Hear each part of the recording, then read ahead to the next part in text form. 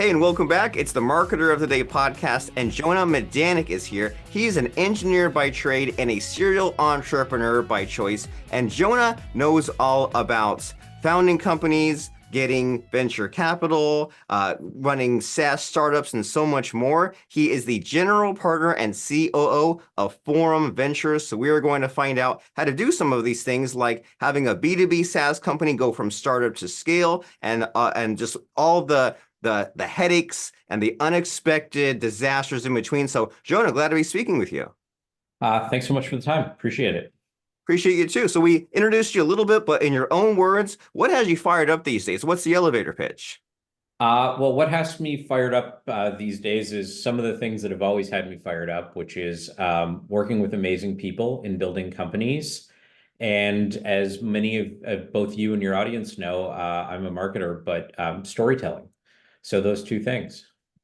Wonderful. So building that company the right way and finding the magic, finding the storytelling that way, you have a message that sticks. That way people pay attention and they're entertained. And so what sort of stories do you have to tell us today? Like, what's your company all about? What makes it unique?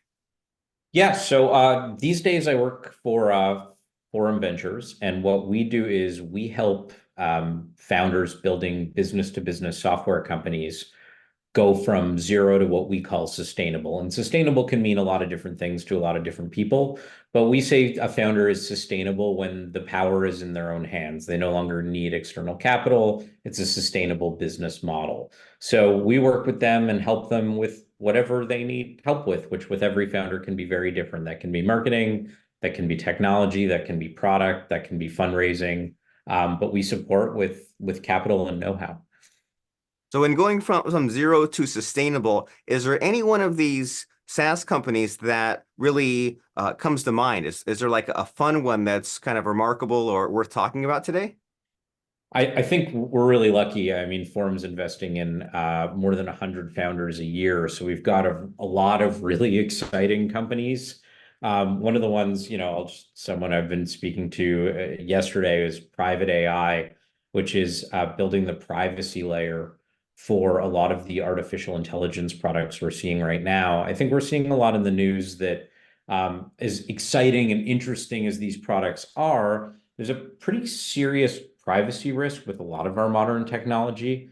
We see that as marketers all the time, right? It's an ongoing challenge we have. But particularly with the new artificial intelligence products, making sure that that private data stays private is a huge challenge. And at Private AI, they're building a platform and suite of tools to make sure that we can all build products that keep people's private information private. And that is something that subject in particular, it seems like there's an arms race, right? Like you hear all the time about things like how much just gobs of money Google and Facebook has made off of our data, or if there's some kind of data leak, or how when you put something into the AI, it sort of trains it for everyone. But then on the other side of the arms race, there's like HTTPS everywhere. And so you think, well, some things are more secure than they were. And so kind of thinking about that, when you are looking into one of these companies to help, like, is there a certain criteria as far as when you say like, okay, this is it, this is like something I'm really excited about? Is it sort of aspects like that, like when there's a hard problem to solve, or when it's tackling a subject that's talked about a lot? Like, how do you know when something really is it for you? Yeah, I think the biggest one ultimately boils down to people, right? Like the biggest thing we look for is finding founder or founders that are incredible. So we're not experts at all of these things, right? Like I'm a marketer, so I know a bunch about marketing, but I don't know a ton about privacy. So in the private AI example, the founders were really incredible. I think if you take really incredible people and point them at a big problem, that's where the magic happens. So most of what we're looking for is just that, great people with a real problem, and then it's our job to support them while they figure out the solve. And so how do you know if the founder or the group already are good people? Like, is it a matter of like their story, or is it like a gut feeling, or about their kind of like their mindset? How do you know if you're like, okay, I'm trying to decide about this company, and then kind of the sub step is about deciding about the people. So what makes for good people? Yeah, I think, well, first of all, just for full disclosure, we've made more than our fair share of mistakes, and I've made more than my fair share of mistakes. So you don't always know. But what we're trying to figure out, or what I'm trying to figure out, is how they think.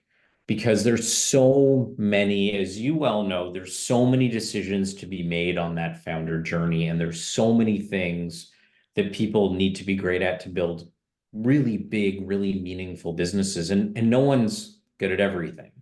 So we really want to see if people can think about problems in the right way so that they can A, realize what they're great at and double down, B, realize what they're not great at and get the help where they need to get help. And then there's, a couple other questions we always have, like, do we think the best talent in the world will come work for this person? Do we think this person is going to have the strength to gut it out for the many, many years it takes to go from zero to something really meaningful? And those are kind of the big questions because we think if you can double down on what you're great on, understand what you're not, get the best people in the world, and have the resilience to keep showing up, that's probably 90% of the battle.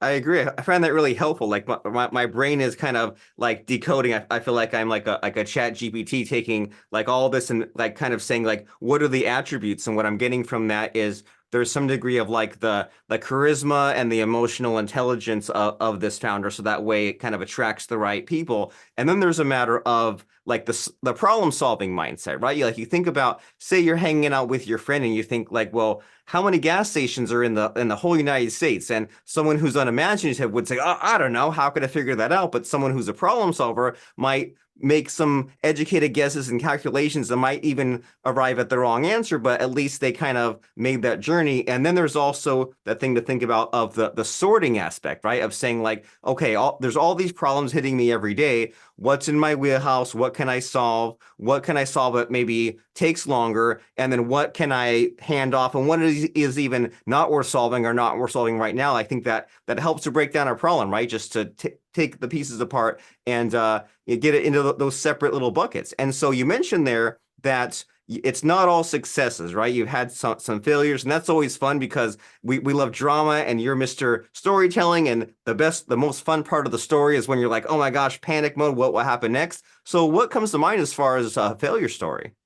Well, I've had more than my fair share, but I would say one of them was I went to go join a company that had one of the best stories I've ever heard.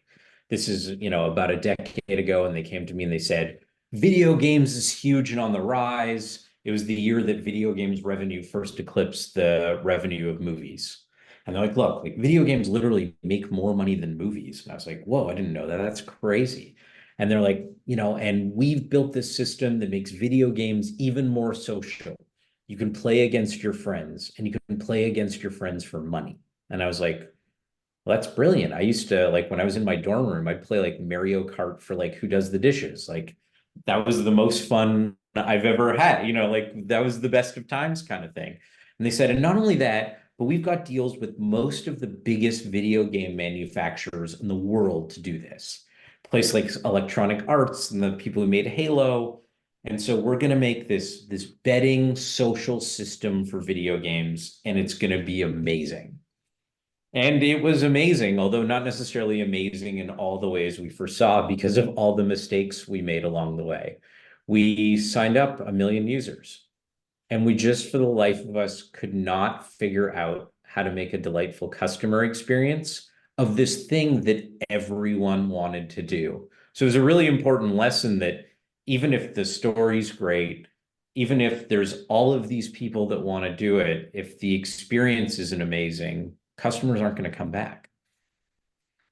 That's huge. And I think about that all the time. I think like, is there some kind of process that takes 3 days or 3 hours, and can it be faster, or can it be done with less clicks or with less friction? I mean, I think about how many SaaSes where I signed up for a trial because it was just one click, right? You log in with your Google account, and there you go. And so that's interesting to think about, just how can you like remove the friction and make that experience better. And then also what kind of hit me was the kind of, I guess, the pitch, so to speak, of what sold you, I felt like I was categorizing guys in my mind like five different kind of like emotional kind of just like punches there, right? Like there was the he hits you with this fact, the video games, the clipping movies, that's like it blew me away. And it's like there's something to that, right? Of like if you think about when you're trying to make a good story, like what are the special ingredients? And just like that hitting, like the other day I heard that story about the when you fold the piece of paper in half,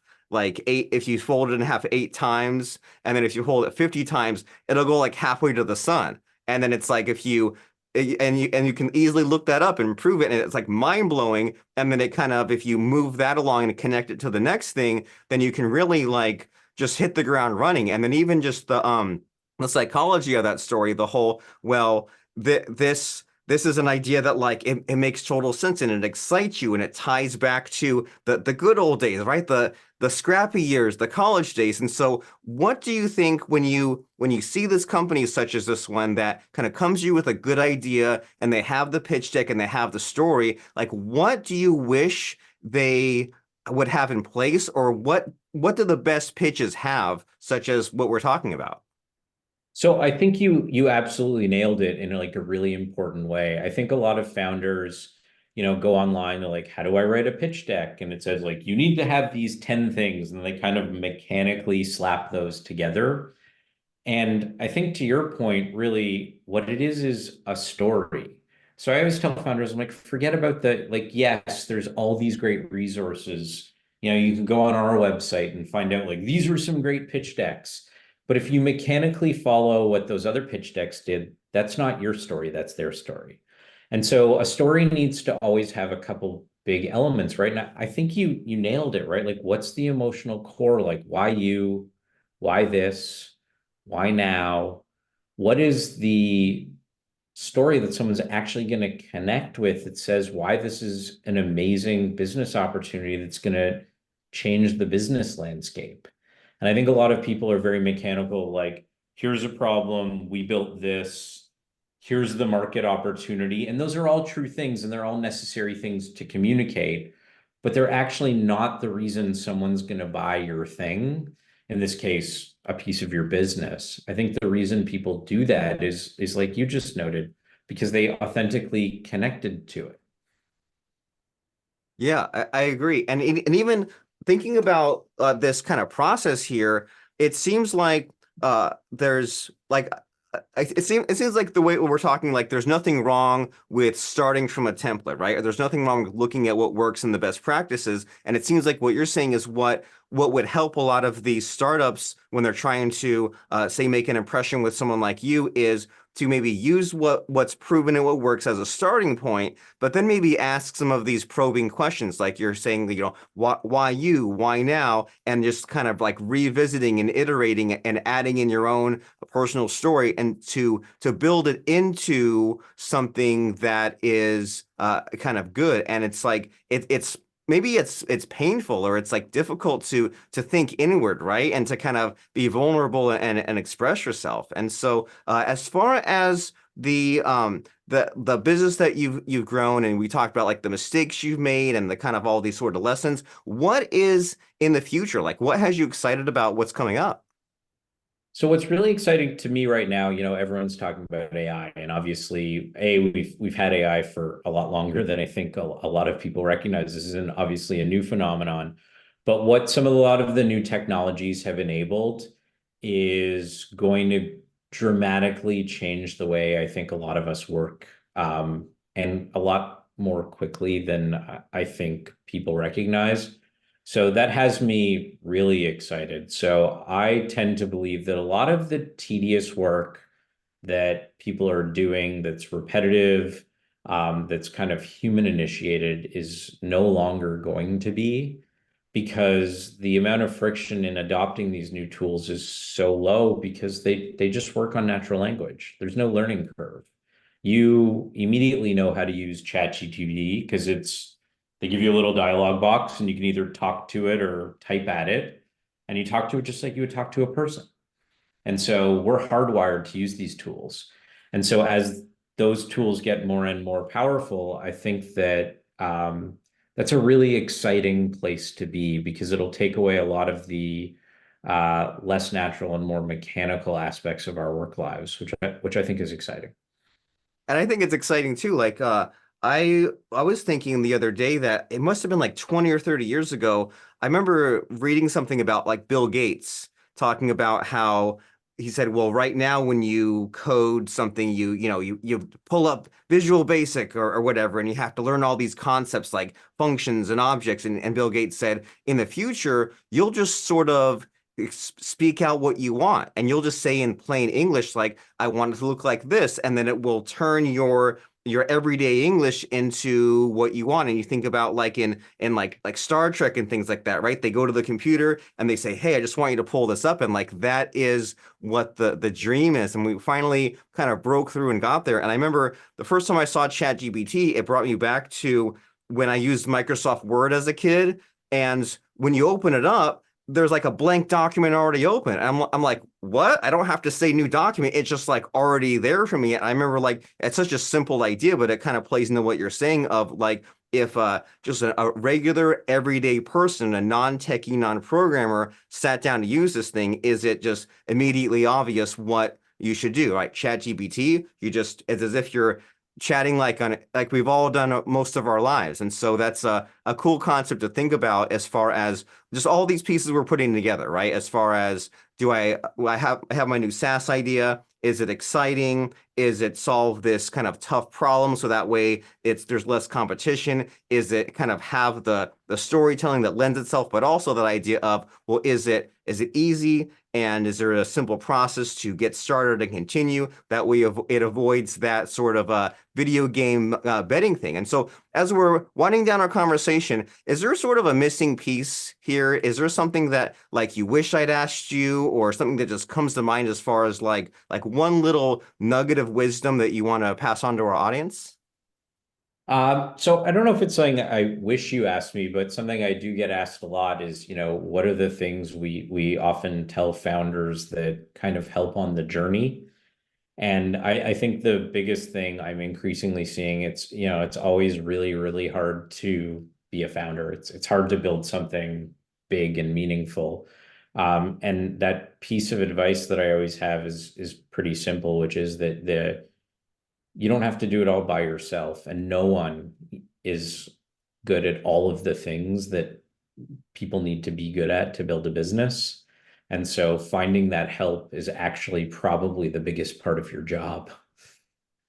I love it. Like that saying is, I think like no one person can build a pencil, right? No one person knows the graphite and the wood and the metal and the rubber eraser. It's all these different skills, and it's easy to take it for granted or let your own whatever get in the way, right? Ego, self-sabotage, limiting beliefs. And so, and that kind of for me ties back into one of your original points there of finding the good people, right? Finding people that kind of be on this journey with you together. And so that way you don't have to go it alone, because you can't go it alone. You'll literally run out of time in your life. Imagine like trying to build the Brooklyn Bridge just by yourself by hand. You die of old age before you even got close to finishing. So why not create a team that way you can get there faster and better? And so if someone out there has one of these SaaS startups and they want your help, like how does someone know if they're a good fit for you, and what's the problem that you and your company are solving? Yeah, that's a great question. So you're a good fit for us if you're trying to build a venture scale business with a business to business software product. And in terms of finding me, find me on LinkedIn, or we're actively writing checks. We write at least 7 checks every month. And you can either, like I said, find me on LinkedIn or apply directly at forumvc.com. Wonderful. Forumvc.com, and that is Jonah Medanik on LinkedIn. That's first name Jonah and last name Midanik. So if you are driving in the car, pull a car over and write those two things down. Forumvc.com and Jonah Medanik. And as we're wrapping up our conversation here, Jonah, you've been through all these adventures. You're definitely on a rocket ship to helping these companies get to where they want to go, and you've been through it. And so if you ever think about like the quotes or the lessons that have helped you out, just one in particular maybe jump out in this moment, like a quote or lesson to wrap up our conversation? A quote or a lesson Yeah, actually, I was with one of my mentors, and this is probably 15 years ago. And someone in the meeting we were in asked a question that I thought was kind of silly. And I was younger. I didn't say anything, but I think he knew just from my face that I thought it was kind of a bit of a time wasty question. And he pulled me aside to teach me something in hindsight. And he said, you know, hey, you might have thought that was a silly question, but if you actually dig into the why they were asking, there's actually a lot to be learned there. And I sat and I thought of it and I was like, oh, yeah, I get what you're saying. And here's why. And he goes, you'd probably be a lot better off if you realized that most of these questions, there's something to learn from. And I thought that was, at the time, a little frivolous. And as I get older, I realize pretty deep. So I try to find the lesson in all of those questions and all the people I meet.